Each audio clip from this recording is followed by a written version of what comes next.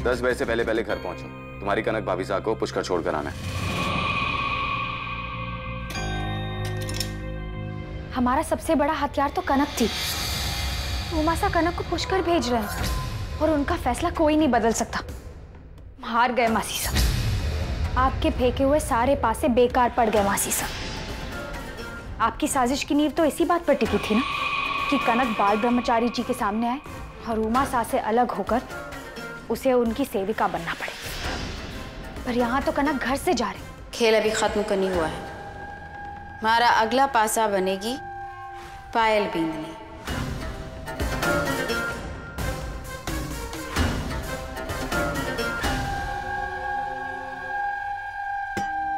आज पूरी रात बाल ब्रह्मचार्य जी मंदिर में ध्यान करेंगे। उनके घर लौटने से पहले मैं कनक का इंतजाम कर चुकी हूँ।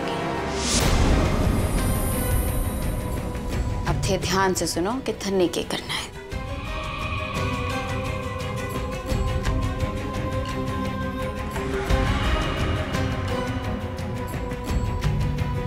समझी? समझ गई मासी।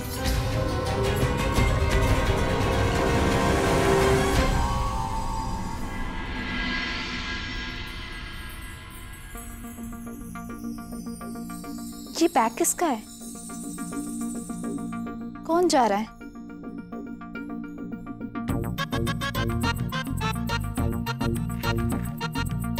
ये बैग तो उमा का है। मतलब उमा कहीं जा रहा है। पर बाल ब्रह्मचारी जी घर पे हैं, तो उनका गुलाम मतलब भक्त घर के बाहर कदम रखने की सोच भी कैसे सकता है? फिर कौन जा सकता है?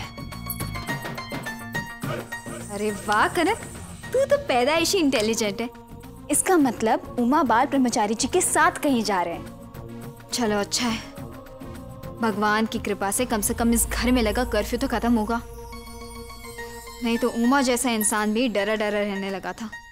कौन डर रहा है कनक? कुछ बोलना मत कनक, तो कल जैसे ज्वालामुखी फट जाएगा। क्या बोल रही हो? नहीं, तुमने शायद गलत सुना। मैं तो ये कह रही थी कि बाल ब्रह्मचारी जी जब आए तो घर में इतना बड़ा हंगामा हुआ, और जब जा रहे हैं तो किसी को कुछ पता ही नहीं है। मेरा मतलब है कि अगर बाल ब्रह्मचारी जी इस घर से जा रहे हैं तो हम सब औरतों को तो कमरों में बंद हो जाना चाहिए ना। नहीं तो वो कल जैसे मेरे सामने ना आ जाए। हमारी जानकारी के लिए बता दूं, बाल ब्रह्मचारी जी कहीं नहीं जा रहे।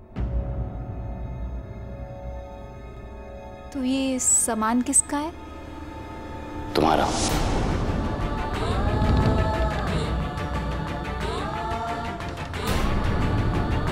तुम मुझे इस घर से निकाल रहे हो उमा? हर बात का उल्टा मतलब निकालना कब छोड़ोगी तुम? कोई तुम्हें घर से नहीं निकाल रहा है। बस 3-4 दिन के लिए अपने मायके पुष्कर जा रही हो। थोड़ा मन बहल जाएगा तुम्हारा, और साथ ही तुम्हारे घर वाले जो तुम्हारे लिए इतनी चिंता कर रहे हैं, उनकी चिंता दूर हो जाएगी। जिस परिस्थिति में तुम यहाँ आई, वो काफी परेशान होंगे।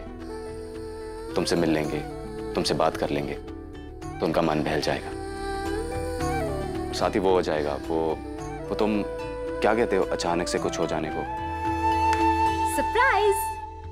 हाँ सही कहा तुमने। भाभो, बाबा साहब, मीना चाची, भैया सब कितने शॉक्ड हो जाएंगे ना मुझे अचानक से घर में देख के।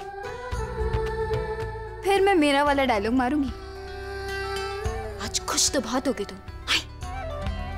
सच में उमा, मैं भी ना उन्हें काफी दिनों से बहुत याद कर रही थी। पता है, वज भैया ने तो मिले भाभी भी चुन ली। अब तो मैं उनसे भी मिल लूंगी। उमा एक बात बताओ, तुमने आज मुझे बहुत खुश किया। I am so happy.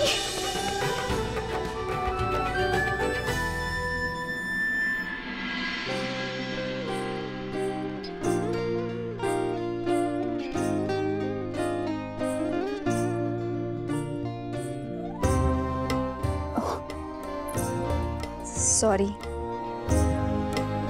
कुछ ज्यादा ही बह गई ना।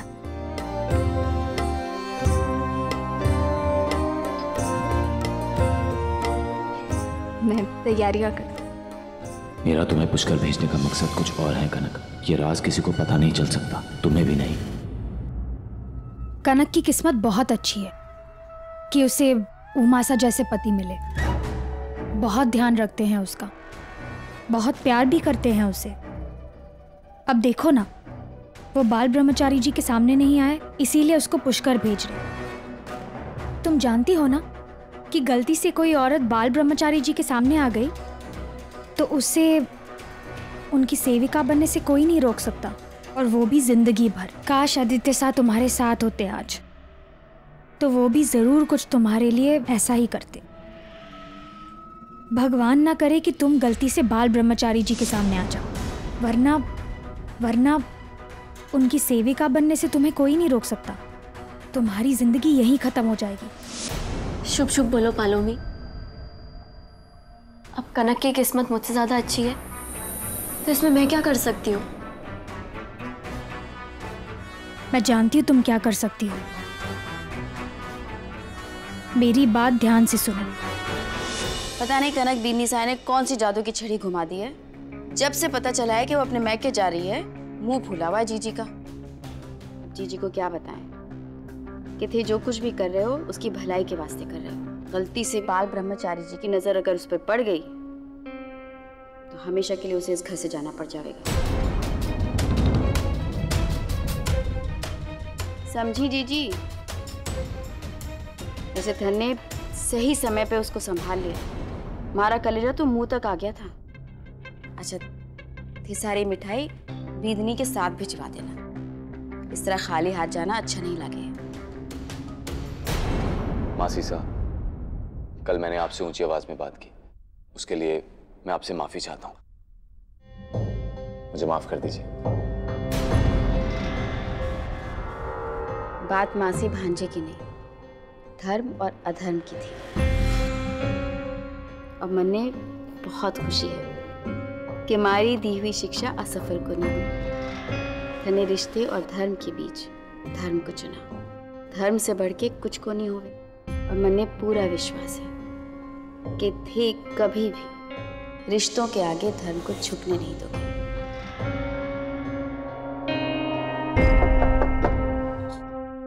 मासी सा,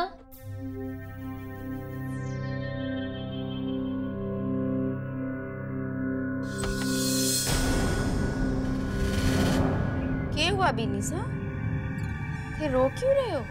माफ करना मासी सा, इस घर में जब से आई हूँ आज पहली बार आपसे शिकायत कर रही हूँ, क्योंकि आज पहली बार मुझे विधवा सा महसूस हुआ है।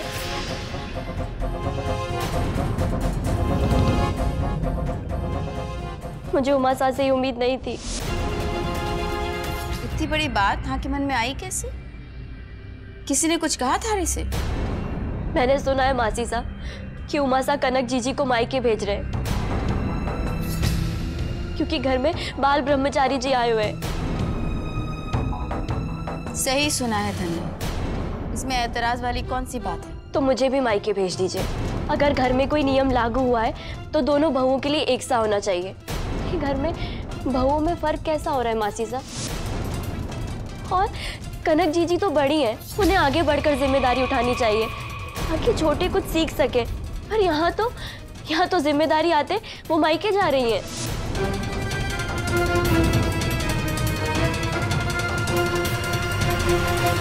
इस घर में पक्षपात के लिए कोई जगह नहीं है पायल। तुम्हारे साथ कोई अन्याय नहीं होगा। तुम एक काम करो, बाल ब्रह्मचारी जी अभी मंदिर में, उनके आने से पहले उनके कमरे के दरवाजे और खिड़कियों के पर्दे खींचो। आज धूप बहुत है, कहीं उनका कमरा गर्म ना हो जाए। पर उमा सा, उनके मंदिर से लौटने का समय हो गया है। मैं उनके कमरे में पर्दे खींचने गई और वो उसी समय आ गए तो वो मुझे श्राप दे देंगे। मैं एक काम करती हूँ, शिव को बोल देती हूँ, वो पर्दे खींच आएगा। रुको पायल,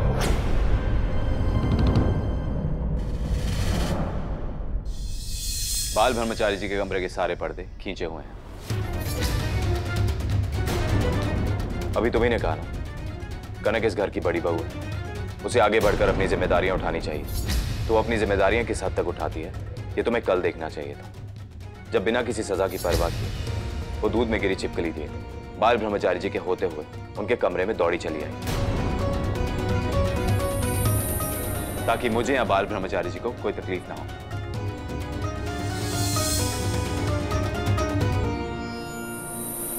उसकी यही मासूमियत है, जिम्मेदारी उठाने से ज्यादा रिश्ते निभाने की आदत उसे बड़ा बनाती है।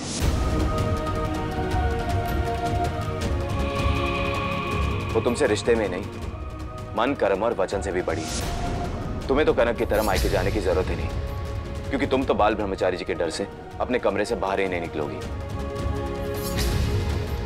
पर अगर कनक को यह जरा सा भी आभास हो गया कि मैं या बाल ब्रह्मचारी जी किसी मुसीबत में है, तो वो उनके सामने आने में जरा सा भी संकोच नहीं करेगी। और इसीलिए मैं उसे उसके मायके भेजूंगा, उसकी अपनी सुरक्षा के लिए। उम्मीद करता हूं तुम्हें अब ये बात समझ में आ गई होगी कि मैंने ये फैसला क्यों लिया।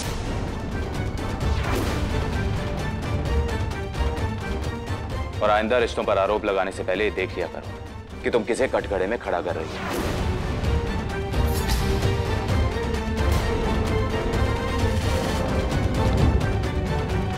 देखा भाभी साहब, दादा साहब से कितना प्यार करते हैं। आप बाल ब्रह्मचारी जी के सामने ना जाओ, इसलिए आपकी सुरक्षा के लिए वो आपको मायके भेजे।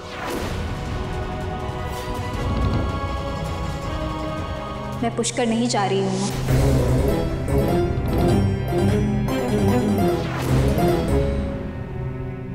पर क्यों? अभी थोड़ी देर पहले तुम पुष्कर जाने के नाम पर बहुत खुश हो रही थी। हाँ, क्योंकि तब मुझे लगा था कि तुम मुझे अपनी खुशी से पुष्कर भेज रहे हो, लेकिन नहीं उमा, मुझे पुष्कर भेजना तुम्हारे लिए एक मजबूरी है। आखिर तुमने मुझे झूठ क्यों बोला? नहीं कनक, मैं तुमसे रहने दो, सच तो तुमसे कहा जाएगा नहीं, इसलिए मैं ही बता देती हूँ। तुम मुझे पुष्कर इसलिए भेजना चाहती हो क्योंकि तुम्हें डर है कि अगर जाने अनजाने में मैं गलती से भी बाल ब्रह्मचारी जी के सामने आ गई तो तुम मुझे खो बैठोगी। इससे पहले कि तुम कोई सवाल करो, मैं ही बता देती हूँ कि मैंने खुद तुम्हें ये कहते हुए सुना है जब तुम पायल से बात कर रहे थे। तो इसमें गलत क्या है कनक? तुम नहीं जानती अगर बाल ब्रह्मचारी जी ने तुम्हें देख लिया तो तुम मुझे खो दोगे, यही ना? तो उमा, इतना घुमा फिरा के बात करने की क्या जरूरत है? सीधे सीधे अपना डर बताओ ना। तो यहाँ भी तुम्हारी मर्द वाली बात आड़े आ रही है ना? उमा, खुशी, डर, दर्द, गुस्सा, ये सब स्वाभाविक लक्षण हैं एक इंसान होने के। और अपनी भावनाओं को यूं ही अपने अंदर ही अंदर दबाना और घुटना, ये कहाँ की मर्दानगी है? मैंने तुम्हें पहले बताया ना कि मेरी नजर में अपनी भावनाओं को अपने ऊपर हावी होने देना धर्म के विरुद्ध है, कमजोरी की निशानी है। और किसी भी तरह से कमजोर पड़ना धर्म के विरुद्ध है। जब एक छोटा मासूम बच्चा रोता है तभी उसकी माँ को पता चलता है कि उसे भूख लगी है। बचपन में हर माँ बाप अपनी संतान को सिखाते हैं, चाहे वो लड़का हो या लड़की, कि बेटा अगर जिंदगी में कोई भी परेशानी हो, चाहे छोटी हो या बड़ी, वो सबसे पहले आके मुझे बताएं। अगर हमारी भावनाएं व्यक्त करना अधर्म होता तो इंसानों की आंखों में डर, प्यार, गुस्सा जैसे भाव आते ही नहीं। उमाशंकर जी, चलो सोचो, अगर तुम्हारा कोई मरीज आके तुमसे कहे कि मैं आपको अपनी तकलीफ नहीं बताऊंगा, अब बस मेरा इलाज कर दो, तब कैसा लगेगा? बस भी करो कनक। नहीं हुआ। अब तो मैं मैके तभी जाऊंगी जब तुम मुझे खुद अपने मुंह से उसकी सही वजह बताओगे, नहीं तो मैं यहीं रहूंगी। हर बात पे बहस करना सही नहीं है कनक। तुम पुष्कर के लिए चली जाओ, बाल ब्रह्मचारी जी आने ही वाले। नहीं उमा, तुम्हारे पास तो हर बात के लिए शर्त होती है, हर बात के लिए एक नियम होता है। आज मेरी भी एक शर्त है और मैं यहाँ से तब तक नहीं जाऊंगी जब तक तुम मेरी शर्त पूरी नहीं करोगे। तुम बेकार की जिद कर रही हो। जिद तुम कर रहे हो उमा। मैं अपना धर्म निभा रहा हूं। अभी तो तुमने कहा कि कोई भी धर्म इंसान को कमजोर होने की प्रेरणा नहीं देता, डरना नहीं सिखाता। वैसे ही कोई भी धर्म अपने मन की बात कहने से मना नहीं करता। उमाशंकर जी,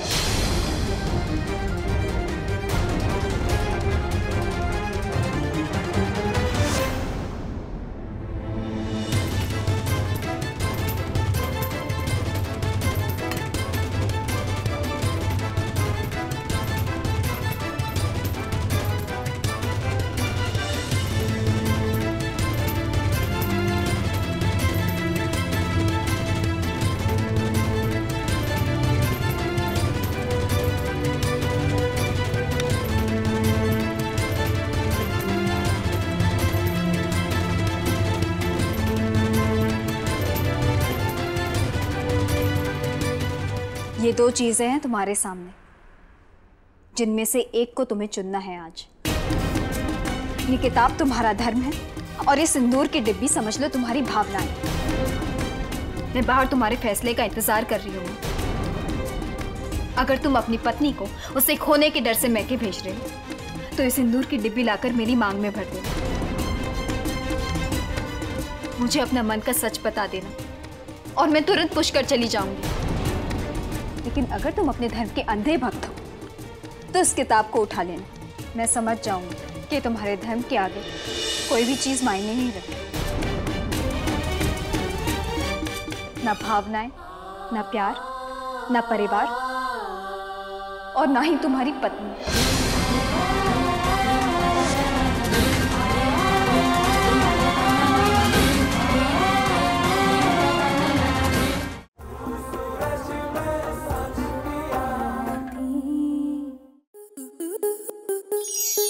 स्टार प्लस के ऐसे ही और बेहतरीन लम्हे देखने के लिए सब्सक्राइब करें हमारे YouTube चैनल को।